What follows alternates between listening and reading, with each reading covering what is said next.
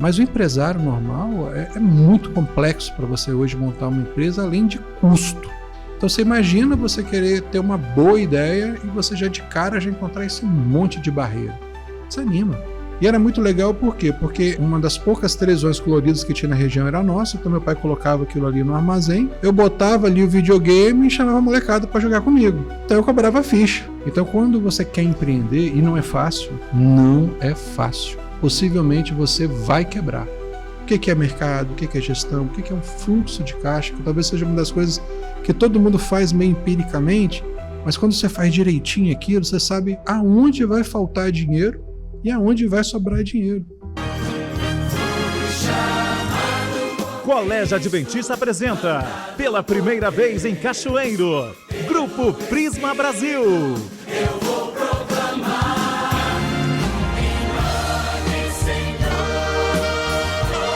dia 30 de novembro às 19 horas, na Igreja Batista Renovada do Valão.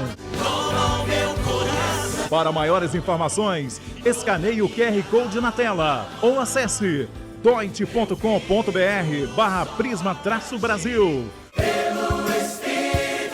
Organização e realização, Colégio Adventista de Cachoeiro de Itapemirim. Dia 30 de novembro, vamos louvar juntos com o Prisma Brasil. Te vejo lá!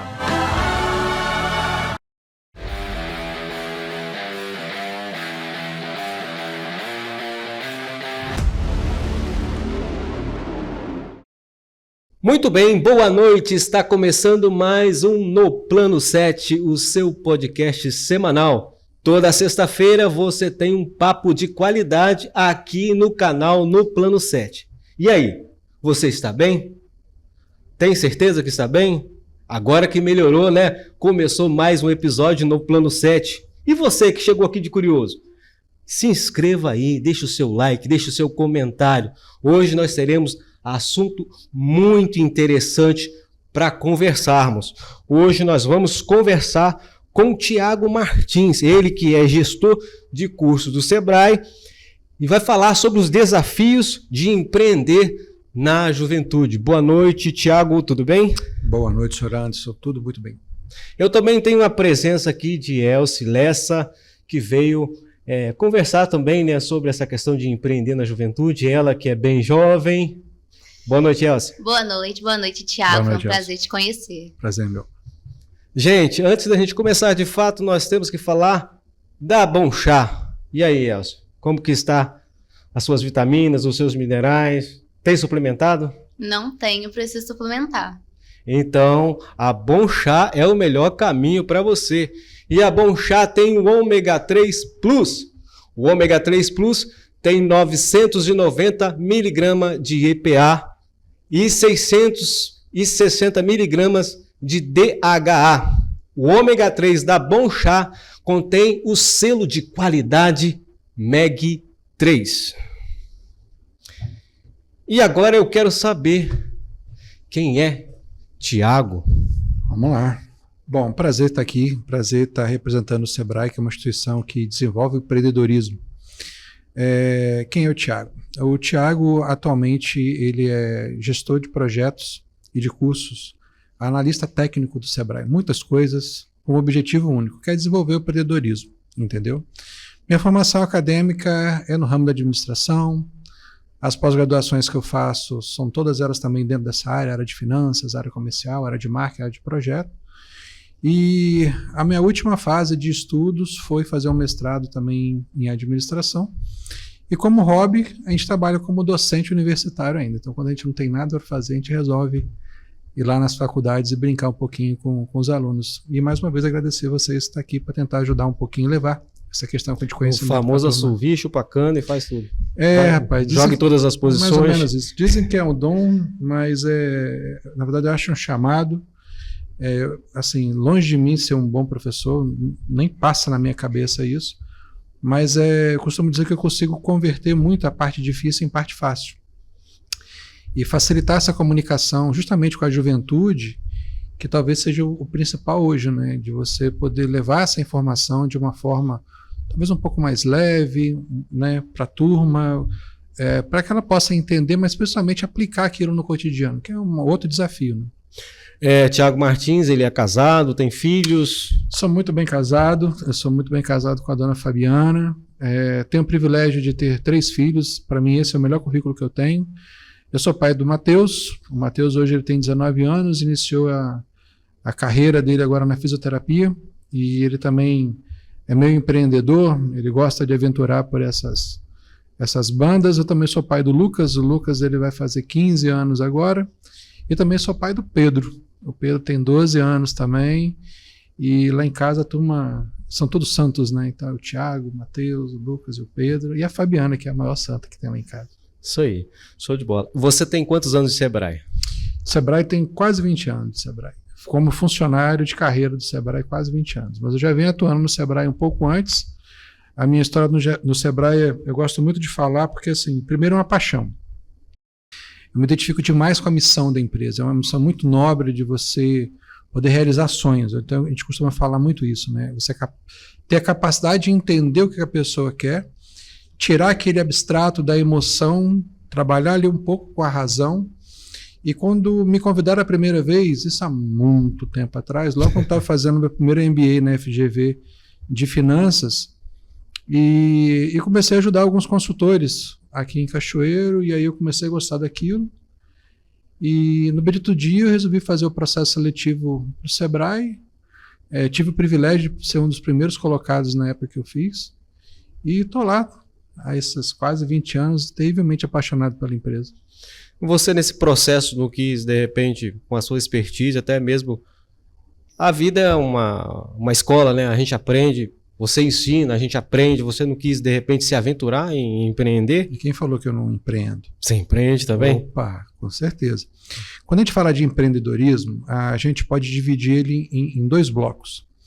Existe o empreendedorismo que a gente pode falar que é o externo, né, que você consegue enxergar uma oportunidade no mercado e transformar aquilo num negócio. E tem o intraempreendedorismo, quando você começa a enxergar você como colaborador, mas com a visão do empresário, você como dono do negócio, mesmo sendo um colaborador. Então essa é uma das boas práticas do empreendedor. Então assim, quando eu sento ali na cadeira do Sebrae, eu acredito que eu seja um dono daquilo ali e tento oferecer o melhor que eu posso para fazer aquilo, para gerar os resultados que a empresa espera. Acredito que eu devo estar fazendo alguma coisa boa, né? Porque eu tenho esse tempo todo de casa e aparentemente estou lá ainda e espero continuar mais um pouco, porque realmente é muito bom de trabalhar na empresa. É uma empresa muito legal para trabalhar. Eu quero te fazer uma pergunta meio complicada, né? Uhum. Como empreender em um país que não ensina sobre o tema e vê o empregador como vilão? Rapaz, então, vamos lá. Vamos tentar constituir um pouco o raciocínio disso. Na faculdade, eu costumo dizer para os alunos mais ou menos assim, o aluno ele reclama muito, e dentro da realidade dele, ele também não está muito errado. Não existe um equilíbrio de forças que eu vou tentar explicar daqui a pouquinho para vocês. Mas basicamente a gente acha ruim por ganhar pouco. Então a gente sempre acha que está fazendo muito e ganhando pouco, mas a gente não tem a capacidade de entender o indicador ou saber de quanto de custo que eu sou de fato para a empresa. Mas o pior de todo é eu não conseguir enxergar o quanto de riqueza eu gero para a empresa.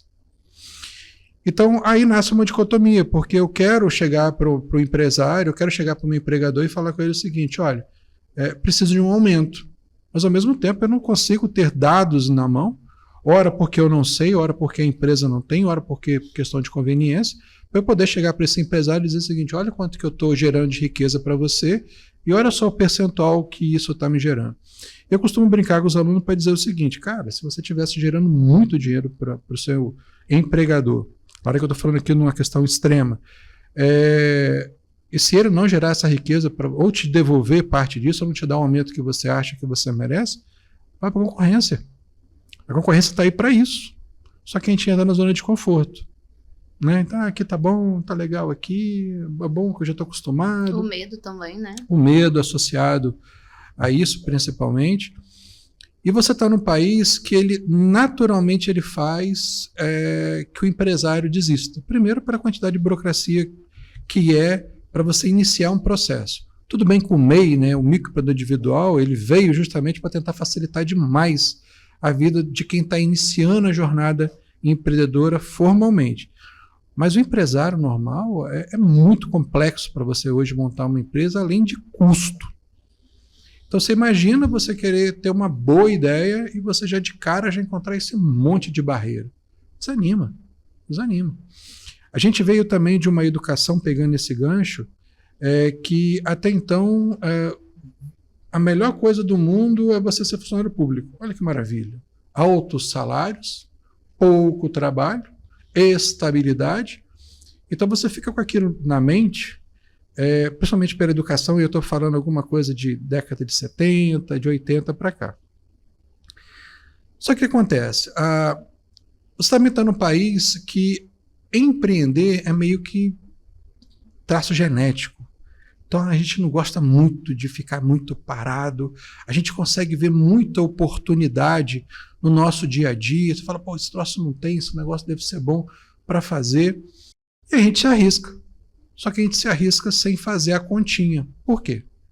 Porque aprender matemática é ruim, é chato. Aprender história, para que serve história? Não serve para nada.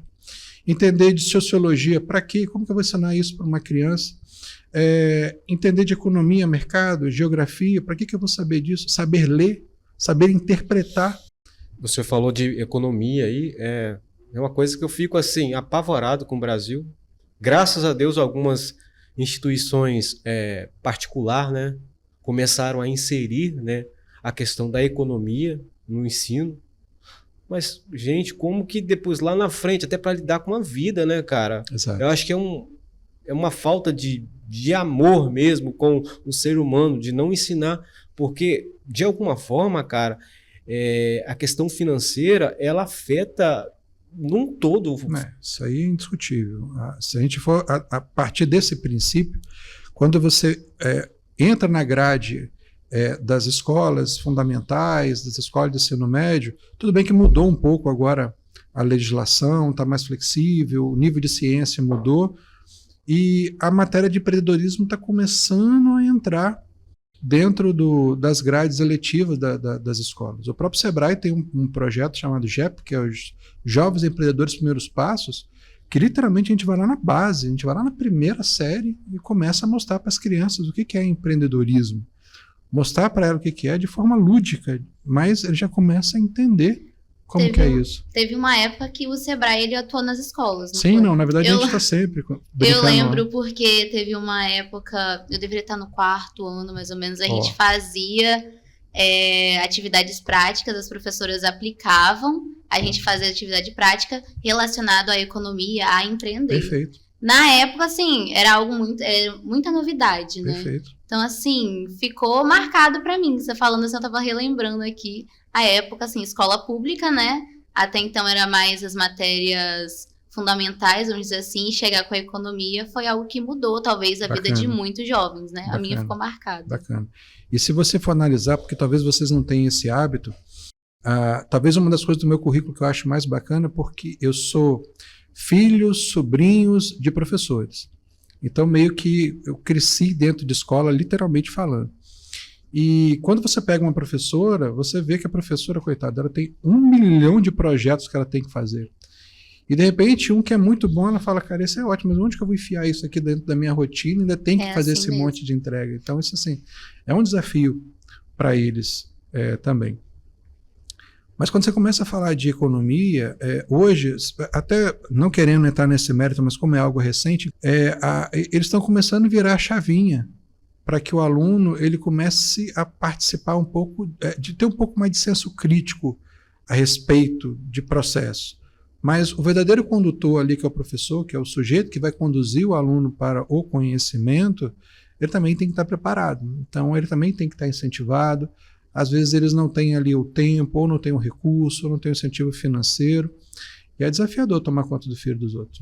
Com certeza, não com certeza. É fácil mesmo. Como você falou, tem um filho que ele está empreendendo.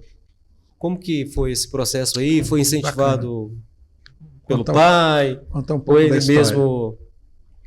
Então, eu sou nascido em Cachoeiro, tenho esse privilégio. E morei um tempo ali em Itaoca-Pedra, que é outro privilégio que eu tive. Graças a Deus, a minha infância... Eu costumo falar com um colega meu, inclusive foi ele, Daberson que solicitou e deu a ideia dessa pauta, né, desse empreendedorismo para a juventude. Um abraço, Daberson. E ele é de Itaoca-Pedra. Daberson, então a gente é meio parente. Eu falo para ele o seguinte: você mora na cidade do pó. Opa, é verdade. Mas é o pó de pedra calcário e tal. E ali, a minha infância ela foi muito boa, por quê? Porque Itaoca, ali no início da década de 80, era um grande playground. Então, basicamente, eu ia para a escola e queria sair para brincar. Então, a gente saía brincando ali. E eu tinha meu pai tinha um primo que morava na cidade de Mesquita, e ele morava perto de uma fábrica de pipa, né? E na minha época, a pipa, você tinha que ter lá 3, 4 papéis de seda para você poder construir uma pipa diferenciada. Eu era péssimo nisso. Então eu ficava lá construindo a pipa, soltava em 2 minutos, o pessoal ia lá e me aparava, né? E no outro dia chega aquele homem com aquele monte de pipa.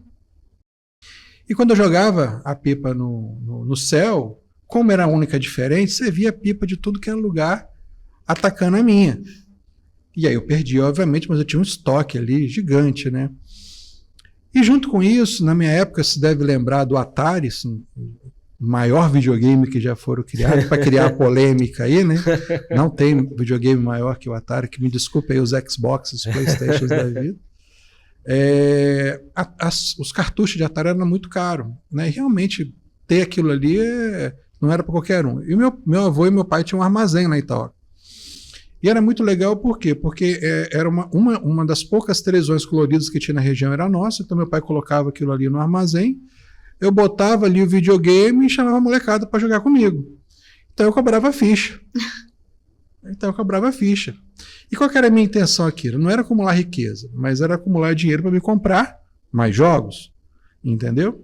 E a pipa foi o mesmo caso. Eu falei assim, peraí, tem uma coisa errada, porque eu estou ganhando as coisas e as coisas estão indo embora. E para mim era muito triste eu chegar na calçada e ver o meu amiguinho lá com a minha pipa. Ele falou assim, olha que eu tenho que era seu.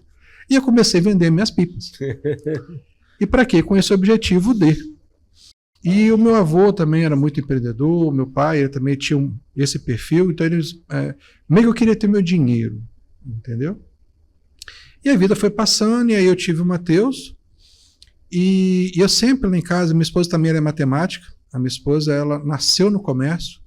Eu brinco que um dos presentes de 15 anos que toda menina queria ter era uma festa, era isso, e ela ganhou uma loja. Com 15 anos de idade, o meu sogro chegou e falou assim, toma, vai ficar aí, vai ganhar o seu dinheiro. E a bichinha é danada, entendeu? O que ela tem de brava, ela tem de inteligente. Baixinha? Baixinha. Amor, te amo.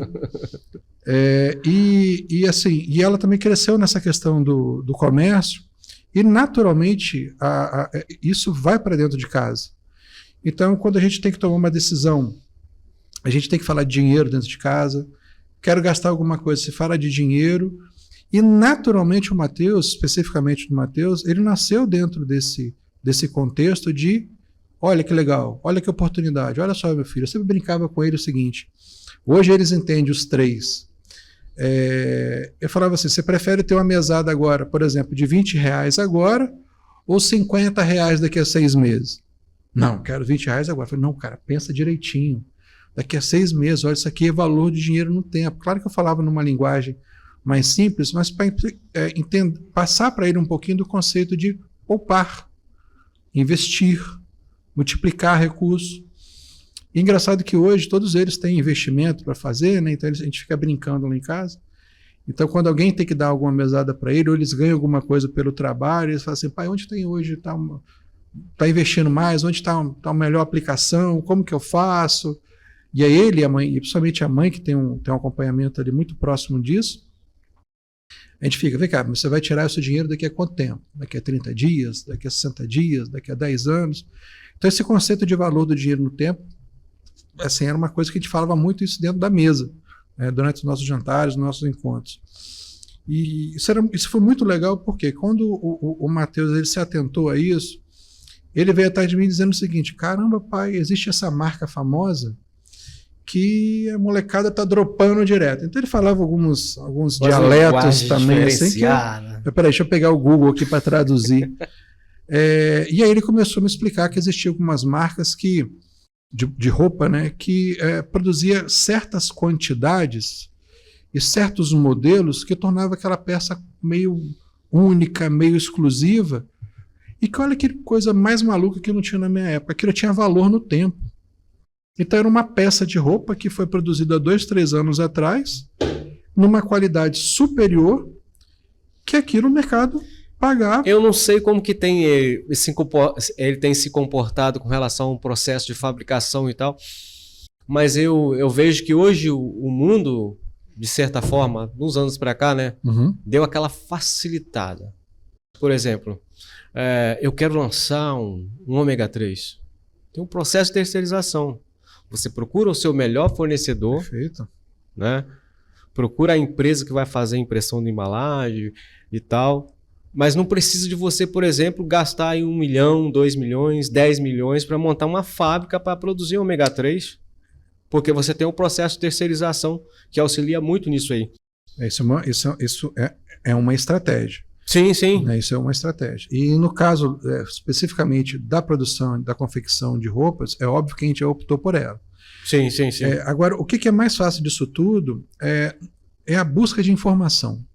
Que, inclusive, a gente tem que falar em uma hora dos comportamentos do empreendedor. Entendeu? E uma delas é a busca de informação. Então, quando você quer empreender, e não é fácil, então eu não falei isso no início, mas já vou deixar claro, não é fácil. Não é fácil. Possivelmente você vai quebrar. Possivelmente você vai sentir muita dor, mas faz parte do processo. Que isso é uma outra coisa que às vezes o jovem não quer sofrer. O cara fala, não quero sentir dor, eu não aprendi isso. Isso faz parte do crescimento. É assim que funciona. E na busca de informação, isso facilitou muito esse negocinho aqui. Ó. Então você dessa própria plataforma, onde produzir roupa, malha, tipo de fio, e aqui já aparece uma lista de fornecedores e você tem contato direto com ele, está lá um telefone, está lá uma rede social. Na própria rede social você já filtra ali os feedbacks que o cliente está dando. Então isso ajuda demais você a empreender. E acelerou muito o negócio, né? A internet. Com certeza. É uma ferramenta a mais que você tem de posicionamento. Né? A gente não pode dizer que a internet é a única, exclusiva ou a melhor, mas ela realmente acelera demais você no mercado, a sua marca no mercado.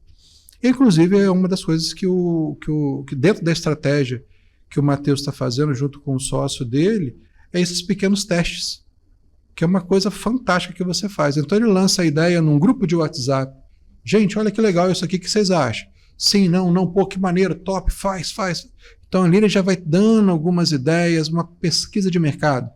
Então ele já começa a ter uma ideia de pesquisa de mercado. Olha essa estampa aqui que eu estou falando. Pô, está muito escura, pô, está muito claro, está muito grande. Então o próprio nicho de mercado que você vai estar atuando, por exemplo, no caso dele, jovens, você já vai recebendo os primeiros feedbacks.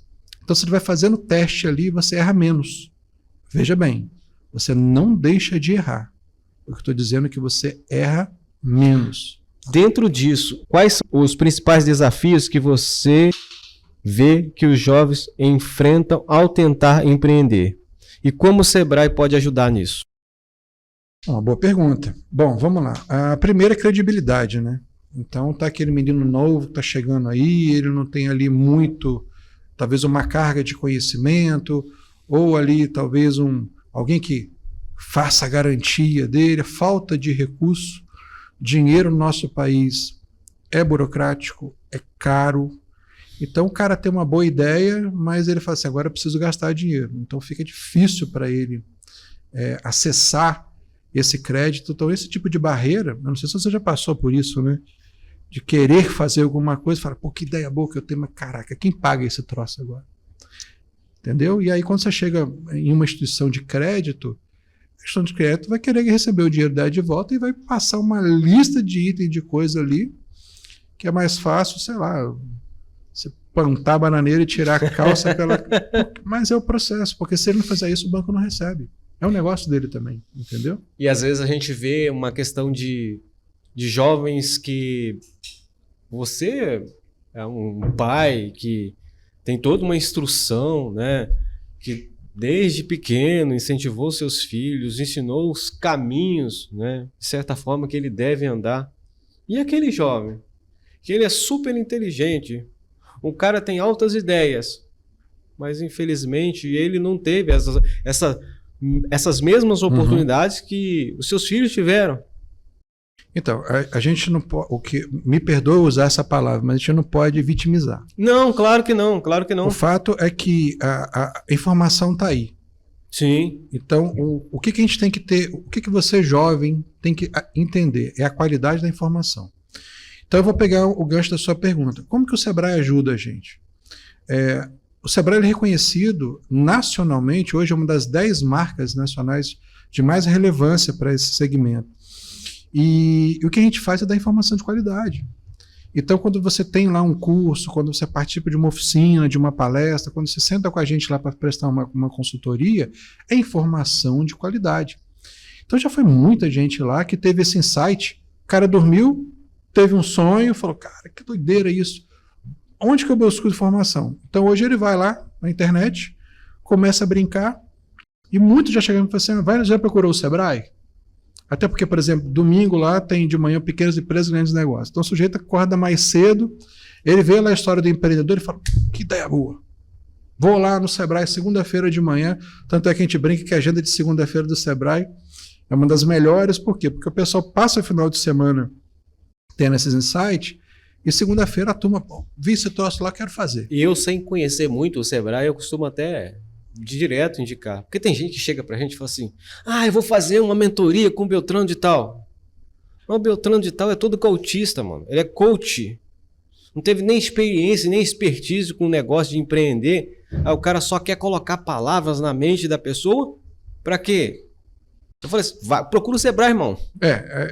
Na verdade, eu costumo dizer que sim. Na fase de busca de informação, eu acho que vale a pena você escutar todo mundo. Mas o que não vale a pena é você pegar o primeiro e achar que aquilo ali é verdade absoluta, pega e vai.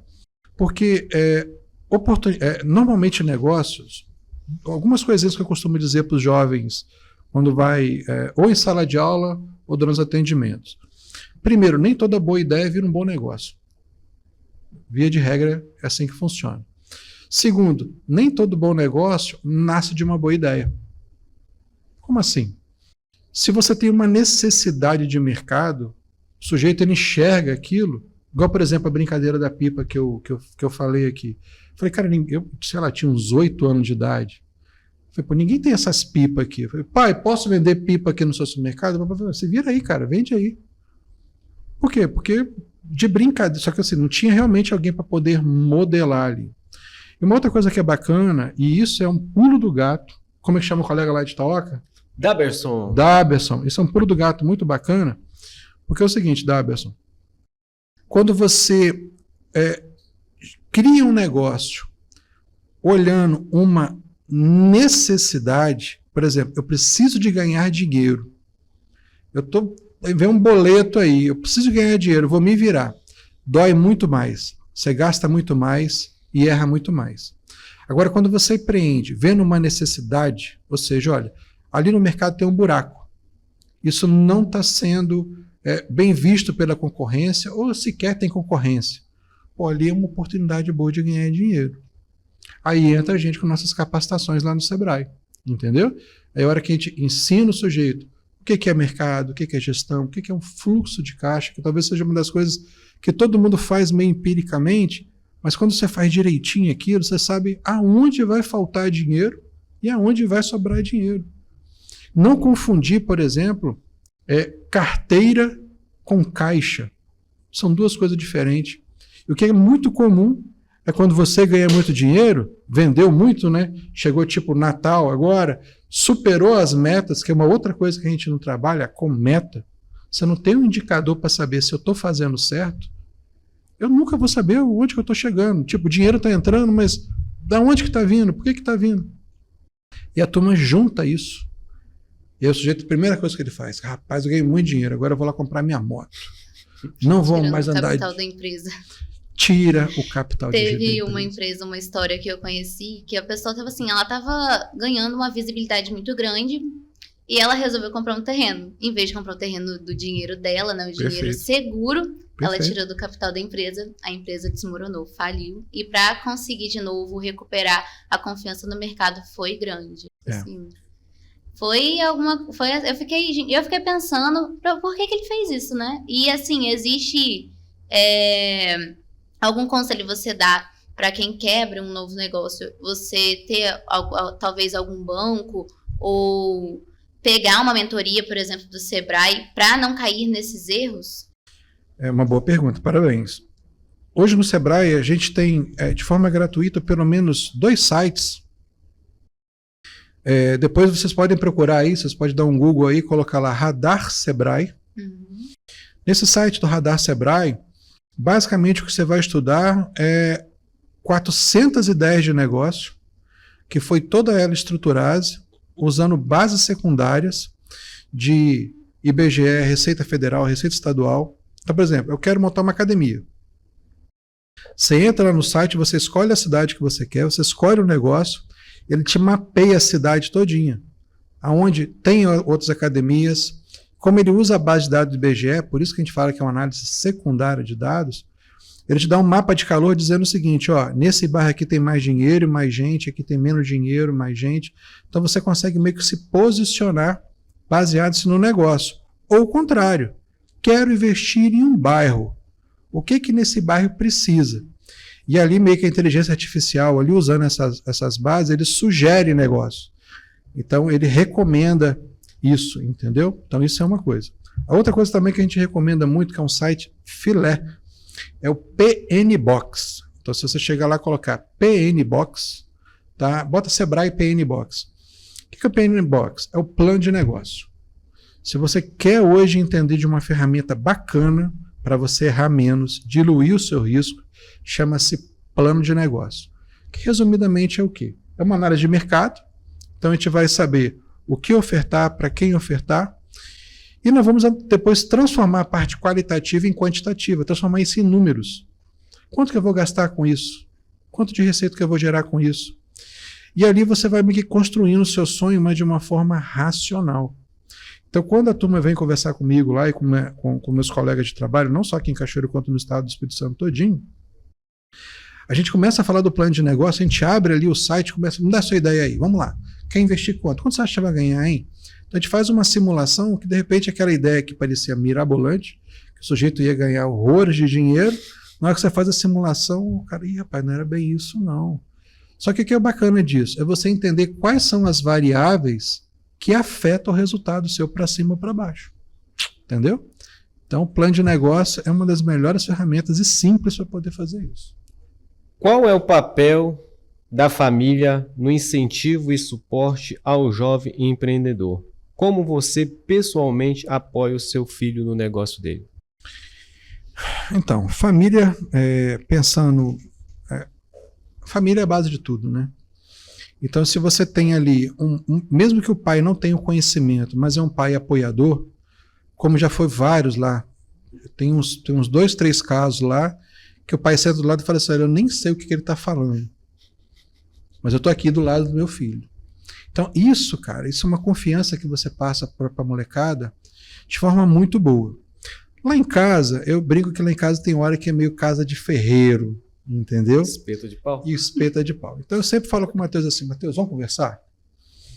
E aí a gente começa a trocar as ideias e às vezes assim, eu quero passar muita informação e às vezes ele fala, pai, vai devagar, porque eu fico muito empolgado.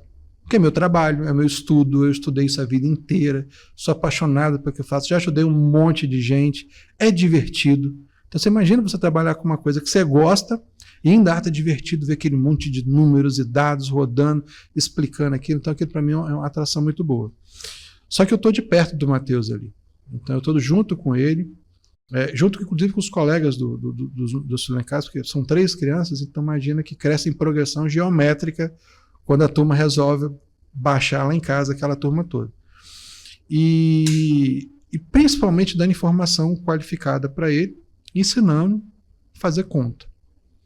Então, quando você começa a fazer a continha, igual hoje, por exemplo, chegou as etiquetas da roupa dele. Mandou fazer a etiqueta dele lá não sei aonde. Ele, pai, dá uma olhada na qualidade premium que eu mandei fazer. Eu olhei e falei assim, realmente foi muito bonito. Realmente ficou um negócio diferente.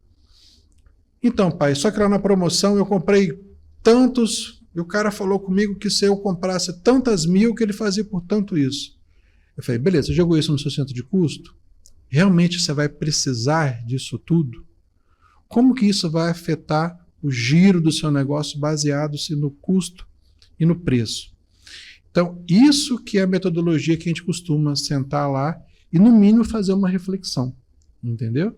Então, é aquele pai que se não sabe fazer isso, porque acho que ninguém tem obrigação de saber isso tudo, mas aí ele fala assim, rapaz, esse menino tem... Como você falou que estava lá na 4ª série, e a mãe vê ali que tem esse time empreendedor, procura o Sebrae, entendeu? O Sebrae atende gratuitamente todo mundo. É chegar lá, sentar para a gente poder verificar o quanto que essa ideia realmente pode ser um bom negócio. Então, você fala que tudo que você for fazer, tomar uma decisão do seu negócio, você tem que sentar e ver se aquilo realmente é bom para o seu futuro, né? Para longo prazo. Então, você usou uma palavra que no nosso país era uma palavra muito cara. Sabe qual? Não. Longo prazo. Ah, sim. O Brasil, quando você fala de planejamento estratégico, e quando você começa a ver, como você falava de economia, lembra?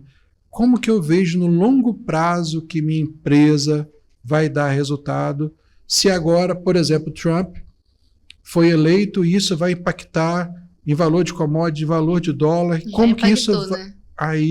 Porque o plano, isso que é bacana, o plano estratégico, aí baixou o professor agora. O plano estratégico não é para enraizar. O plano estratégico é uma ferramenta que você tem que olhar toda hora para ele, ou pelo menos periodicamente dizer o seguinte, ó, eu estava imaginando isso com as informações que eu tinha. Agora a informação está diferente. Como que eu ajusto? E no nosso país a gente tem muita dificuldade de enxergar a longo prazo. Entendeu? Outra coisa, a gente não quer esperar o longo prazo. A gente quer agora. O brasileiro é empreendedor, mas talvez uma das grandes dificuldades nossa é esperar o resultado chegar. Eu quero agora, porque eu preciso de provar, eu preciso de mostrar. As pessoas têm que entender que isso tem que ser visual. Então, o jovem, ele não tem muito essa... Opa, deixa eu esperar um cadinho aí, não. Eu preciso do resultado imediato, entendeu? Então, equilibrar isso, que talvez seja um dos grandes desafios aí dessa geração moderna aí que está vindo como futuros empresários. Você acredita que o fracasso ao empreender na juventude pode ser uma experiência positiva? Ou existe um limite de erros? Perguntas muito difíceis, e eu gosto disso. Vai depender muito de como a cabeça do sujeito enxerga o fracasso. E como que esse fracasso aconteceu com ele. Eu vejo que fracasso faz parte de um processo, e o processo faz parte do crescimento. Como eu havia dito, dor faz parte de crescer. Tem como crescer sem dor? Acho muito difícil. Muito difícil. Uma hora ou outra vai acontecer algum problema, seja ele de natureza mais grave ou menos grave, mas o sujeito vai passar por isso. É igual na musculação, né? Perfeito. Uma boa analogia. Uma boa analogia. Se você relaxar, né? Fazer só exercício assim, esquece, meu filho. Não desenvolve, não. Então vamos fazer essa analogia. Quero crescer na musculação sem muito esforço e vou tomar muitas químicas para isso. Entendeu? O que vai acontecer? O pior possível. Certo? E o sujeito vai aprender alguma coisa com isso? Essa é a pergunta talvez mais cara daqui. O quanto que as lições que esse indivíduo teve na vida levou ele a chegar onde o sucesso poderia levá-lo. E é isso que as pessoas têm que entender. Que às vezes quando você quebra, dói. Você vai chegar em casa, vai botar a cabeça no travesseiro, e aí vem o apoio da família, vem o apoio da esposa, do esposo, o apoio da família ali, dos filhos. Isso faz o sujeito crescer. Agora, se realmente ele ali não tiver um equilíbrio, talvez emocional, talvez essa emoção fale assim, não é para mim. E está tudo bem. Empreender não é para todo mundo. Que fique claro isso. Porque se fosse, todo mundo ia ser empresário. Tá? Uma vez eu aprendi com o professor Matos, ele falou mais ou menos o seguinte, onde tem empresa, não tem tristeza. Olha que pensamento forte que ele falou. Ele falou o seguinte, você imagina um lugar que todo mundo trabalha, que tem harmonia, que todo mundo ganha o seu, que o dinheiro circula, você acha que as pessoas vão ser tristes? Muito pouco provável que não, entendeu? Mas não tem jeito, cara, faz parte do jogo. Mas principalmente se ele conseguir entender aonde ele errou, por isso o plano é bacana, por isso tem indicador, é bacana para ele saber se errei ali. Então ali eu não vou voltar mais. Posso só dar um gancho? E uma das características do comportamento empreendedor, essas tais CCS, tem uma coisa chamada de persistência. Vou tentar explicar para você a diferença, porque as pessoas confundem persistir com insistir. Imagina que você está deslocando de um ponto A a um ponto B. Por exemplo, vou pegar aqui essa caneca muito bonita. Só que no meio desse processo tem um obstáculo. E eu sei que para mim, aonde eu preciso chegar, eu tenho que atravessar essa caneca ou esse obstáculo. O que a gente pode entender de persistência e insistência? Persistir é saber que lá onde eu quero chegar é o meu alvo principal. Só que eu não preciso insistir em cometer o mesmo erro. Eu tenho que entender o que eu errei e, olha, observar que dá para passar por aqui e persistir para poder chegar lá. Persistência é uma coisa que no nosso país a gente tem isso bem fraco. Então, às vezes, na primeira pancada aqui, eu falo, desisto, não quero mais esse troço, não vou insistir mais nisso. Vou para a academia, fazendo a mesma analogia, olha aquele cara gigante, olha aquela mulher bonita, nunca vou conseguir fazer uma coisa. Bora para casa, vou abandonar isso. Faz parte do jogo, o processo da dor, entendeu? É igual, vamos pensar aí, um alpinista, né, que ele está sempre em busca de alcançar os altos montes, né? Então ele vai, faz o seu planejamento, né? E vai para alcançar aqueles montes, né? E muitas das vezes ele vai chegar em certos montes, em certos lugares, que vai chegar a um ponto que fala assim, poxa, hoje não dá. Eu tenho que voltar um pouquinho atrás aqui, porque não dá. Perfeito. Sabe como a gente chama isso? Agora eu comecei a falar de comportamentos empreendedor, tá? Existe um programa que eu convido você e convido todo mundo que estiver enxergando, chamado Empretec. Cara, vocês têm que conhecer esse Empretec. Se vocês não fizeram, procure fazer. É um seminário que a gente justamente estuda individualmente como está essa cabeça sua, justamente em relação aos comportamentos do empreendedor. Depois você dá um Google e procura lá o que é o Empretec. O que você acabou de falar aí é uma outra coisa chamada análise de risco. Eu preciso analisar o risco que eu vou fazer e calcular esse risco.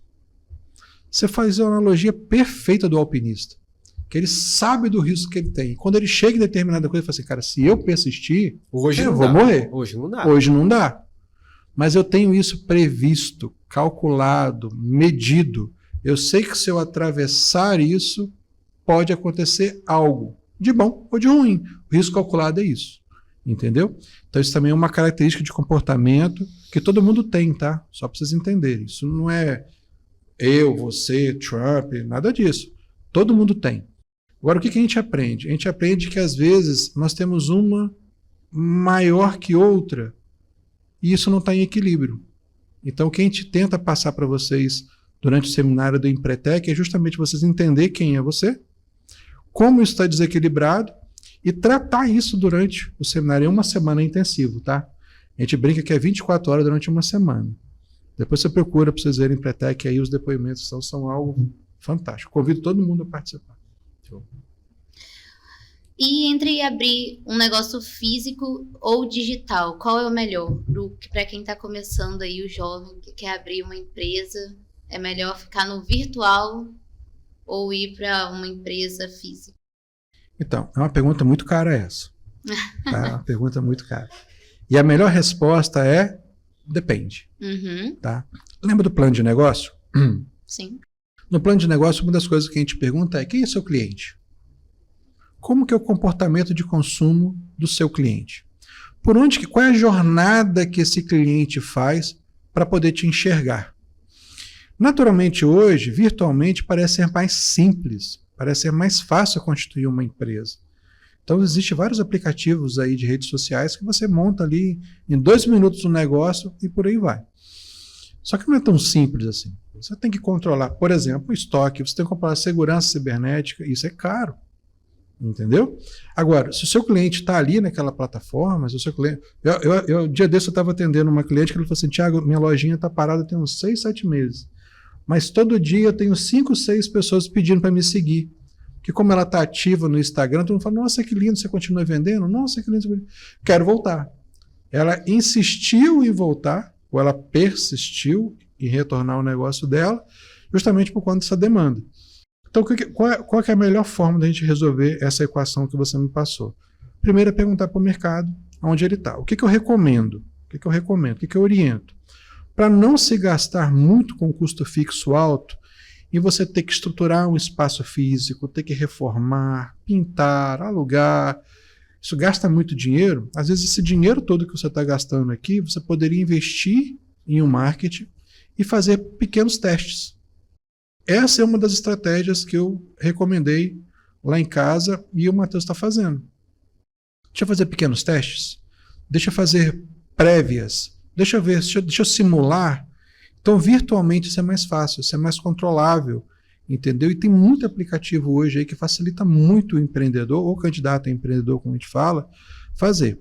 E aí, lá no futuro, quando você estiver um pouco mais maduro, que você entender principalmente de como é que está funcionando o giro do seu produto ou do seu serviço, você ofertar para aquele mercado local ali um espaço físico para ele poder adquirir aquele bem, aquele serviço. Então, poderia ser essa jornada.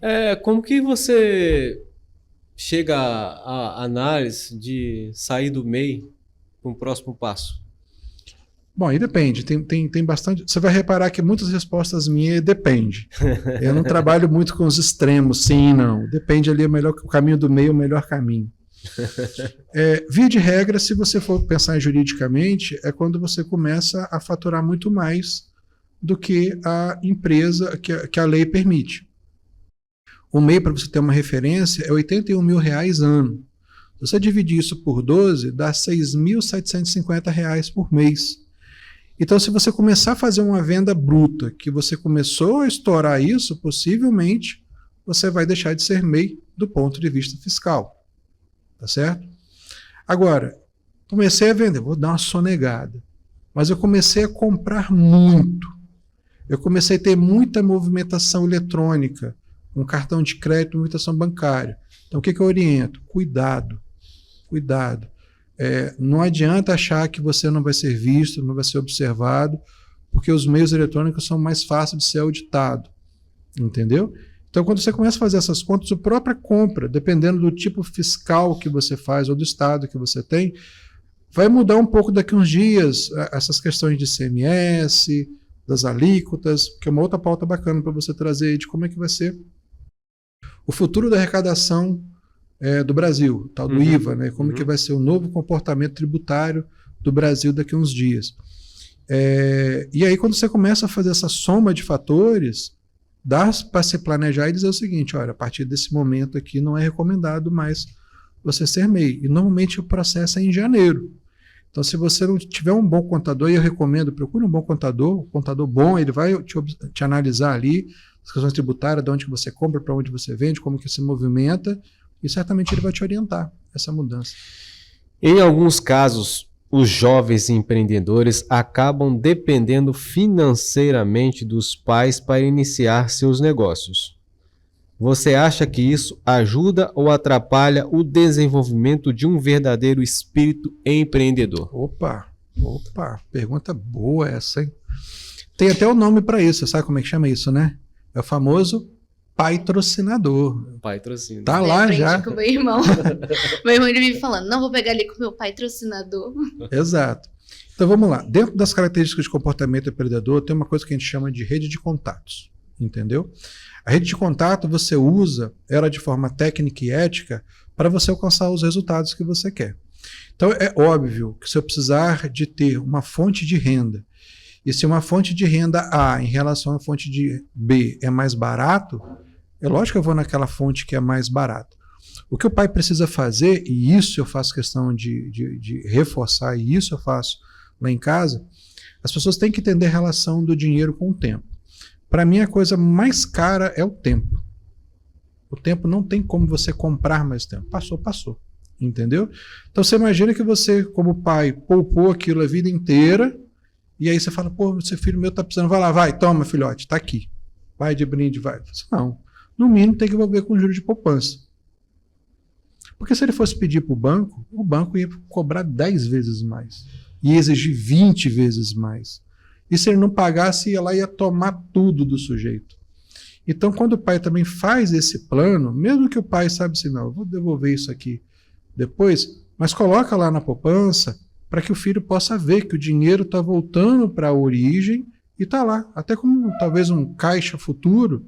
Uma questão de responsabilidade também. E né? essa é a palavra que você acabou de antecipar, responsabilidade. Porque o sujeito sabe que vai ter que devolver aquele dinheiro para a origem dele, entendeu? Então, pai, não fica louco, não, vou cobrar o meu filho, não. Monte um plano financeiro, porque aquela ideia de negócio ela vai ter que gerar riqueza para pagar os custos fixos, e um dos custos fixos é justamente o empréstimo que o pai fez. Tem um empresário que a gente conhece que ele pegou o seu filho, ele é proprietário de uma grande empresa, e ele pegou o seu filho e ao invés de ele inserir ele dentro do empreendimento dele, ele pegou aquele filho e falou, filho, você vai trabalhar na empresa tal. Vai começar lá de baixo na empresa tal, para depois você vir me ajudar na gestão da empresa. Tá certo? Como que foi esse comportamento do pai? Qual o conselho que você daria aos empresários que têm seus filhos e querem trazer eles para dentro do seu negócio, às vezes para fazer gestão ou para ocupar um cargo importante dentro da empresa? Olha, Anderson, é só mais uma estratégia. Realmente, se eu tivesse uma empresa e se eu tivesse a oportunidade de colocar o meu filho para aprender em outras grandes empresas, entender de estratégia com pessoas maiores e maiores que eu, e que ele pudesse trazer isso para a nossa empresa e a gente aplicar isso e crescer, para mim é uma estratégia muito boa. Isso também não é novidade não, tá? Se você pegar lá as histórias dos Césares colocavam os filhos dele nas guerras e falavam assim, vai aprender a fazer guerra, moleque. Então jogava os moleques lá no combate, entendeu? Para ele ser um bom rei, entendeu? Então eu acredito assim que é uma boa estratégia, é uma delas, assim como eu conheço histórias também. Eu tive a oportunidade de conviver com uma família também de um grande empresário aqui de Cachoeiro, que os filhos deles trabalhavam atrás do balcão da empresa. Eu já presenciei cliente brigando com o dono, falando, eu conheço o dono, eu vou falar para você que você está me entendendo mal. E todo mundo meio que segurando para não rir, que ele está falando com o próprio dono ali. Mas o dono estava sujo de poeira, sujo de graxo. Tá? Então isso também é um exemplo de liderança, porque se o dono está fazendo, está ali, quando o sujeito que está do lado fala que não vai fazer, ele não tem muito argumento não. Se o dono está ali como exemplo, entendeu? Também é estratégia. Então, assim, pode variar. E eu acho a ideia do cara super, faria o mesmo. Muitos jovens empreendedores são influenciados por mentores e figuras públicas que promovem o empreendedorismo como o único caminho para o sucesso. Você acha que isso pode criar uma pressão negativa nos jovens para empreender a qualquer custo? Bom, então vamos lá. Primeiro a gente tem que definir o que é sucesso, né? Então a gente tem que deixar muito claro, o indivíduo tem que entender o que é sucesso. O meu sucesso é eu poder dormir tranquilamente. Devo, mas eu tenho condição de pagar tudo que devo, e quando eu coloco a cabeça no travesseiro eu durmo tranquilamente. Mais ou menos, né? Porque quem tem 3 filhos jovem não consegue dormir em sua plenitude. Então para mim isso é um de sucesso. Sonho de sucesso é eu poder receber vocês na minha casa e oferecer o máximo que eu posso, que talvez seja o mínimo para vocês, mas é poder receber vocês bem. Então isso para mim é sucesso. Para outro indivíduo, sucesso pode ter um bem, sei lá, uma Harley Davidson. O cara quer ter uma grande moto, um grande carro. Então para mim isso é sinônimo de sucesso. E a partir do momento que você viu qual a última palavra que você falou aí, talvez seja muito pesada, a qualquer preço, a qualquer custo. Isso que a gente tem que ter cuidado. Por quê? Porque o mundo, às vezes, vai chegar para você, principalmente quando você começa a sofrer demais, quando você, jovem, começa a errar, e você vê, alguém vai chegar para você e você, olha, eu tenho um jeito mais fácil. E na teoria do risco, quando você estuda lá a macroeconomia, que você vai estudar a teoria do risco é muito simples, ela diz mais ou menos assim, ó, quanto maior o risco, maior o ganho que você tem. E normalmente esse sucesso vem atrelado a risco alto. E às vezes você abraça isso e as consequências são muito graves. Entendeu? Então, assim, muito cuidado. E aí eu falo para você, jovem, muito cuidado com o que é dito, como é dito. Não é fácil. Foi uma das primeiras coisas que eu falei para vocês aqui. O processo de crescimento e de sucesso é dolorido, é caro, às vezes não é tão rápido. A internet realmente ela acelerou o processo, mas ela não diminuiu as dores das pessoas. Tá? Então, tenha cuidado com que essas pessoas de rede social também é sempre muito perigo, né? Porque às vezes aparece ali o cara muito bonito, sorrindo, parece ser muito fácil, e aí você fica meio sonhando, idolatrando aquilo ali, como aquilo ali sendo o modelo ideal de negócio, e não é assim. Pesquisa, né? No mínimo isso. No mínimo busca informações. Como eu te falei, que uma das primeiras características do empreendedor é busca informação. Se aquele mentor que está falando para você, não estou dizendo que o mentor está errado não, tá?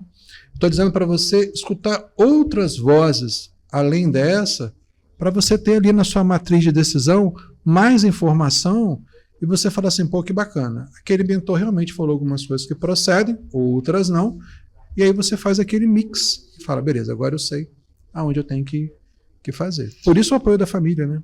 Existe um momento certo para ter um sócio ou a qualquer momento você pode, vou juntar aqui com o meu amigo, você comentou, né, que o seu filho tem um sócio, né? Então existe um momento aí certo para ter o sócio, já pode começar a empresa tendo aí o amigo, né, ou alguém que queira apoiar o projeto. Nem sempre amigo é sócio, né? Então a gente tem que deixar isso claro. A gente tem que pensar o seguinte, quem é esse sócio? Eu quero começar sozinho, mas vou pegar dinheiro emprestado para o banco. É um sócio oculto que você tem ali, é o banco. Sabe da coisa? Eu não vou pegar dinheiro com ninguém, sabe? Eu vou começar sozinho, por minha conta e risco. Você tem o governo como sócio. Você sabia disso, que o governo é seu sócio? Porque ele chega todo mês e fala o seguinte, quero o meu.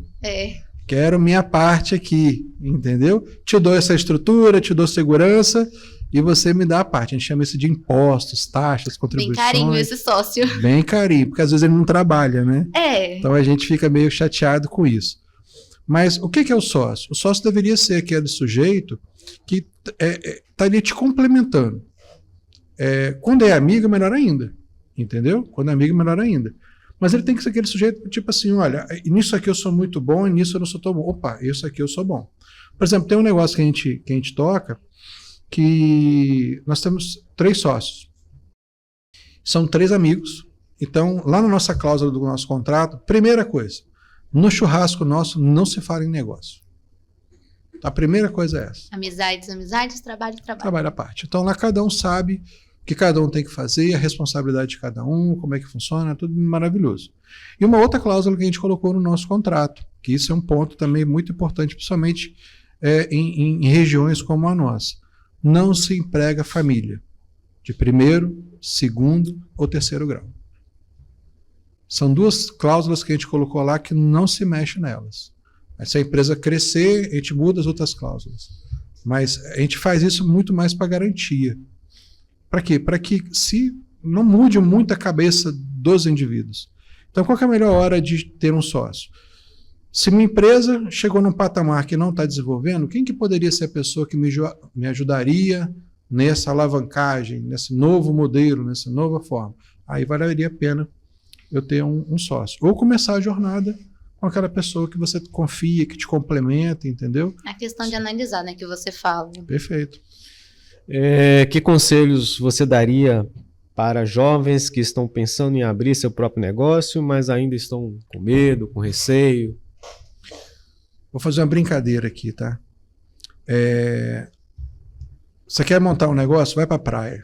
Esse é o meu melhor conselho. Tô brincando.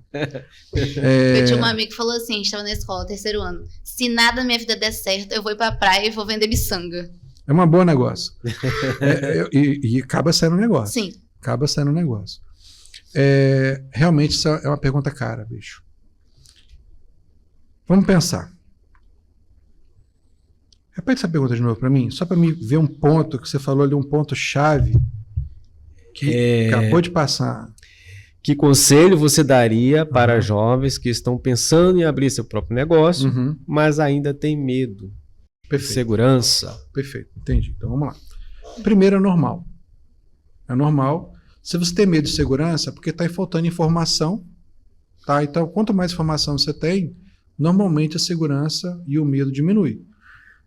Analogia do quarto escuro. Quando você está no quarto, você chega na porta e o quarto é escuro, naturalmente vem o medo. A partir do momento que você tem uma lanterna que não resolve todo o seu problema, mas aquilo já te gera uma confiança, porque ela já vai iluminar aquele medo que você tem. Então, busque informação. Tenha informação. Busque conhecimento. Estude. Leia. Ter conhecimento é uma coisa que nada te impede. Eu falo com meu filho assim, rapaz, antigamente eu tinha que ir lá para as casas dos Braga, naquela biblioteca, e ficar lá desfolhando horas e horas e horas e horas, e hoje você chega aqui, até para digitar você não precisa mais, o próprio microfone, você chega e fala assim, quero saber sobre isso. Então, jovem, se você tem medo, é porque está te faltando alguma informação, busca essa informação. Procure informação qualificada, com boas fontes, gente que saiba do que está falando, que tenha propriedade para isso. A partir desse momento, você já vai começar a enxergar aquela coisa com várias outras perspectivas. E aí, talvez, seja a hora de empreender. Conversei aqui com o Thiago Martins. Thiago, essa câmera aqui é toda sua, você pode deixar o seu recado final aí para a galera, né? Bom, vamos lá. O Sebrae está à disposição de vocês. Procurem a gente, ligue para a gente, nós temos lá o 0800 570 0800, também funciona com o WhatsApp.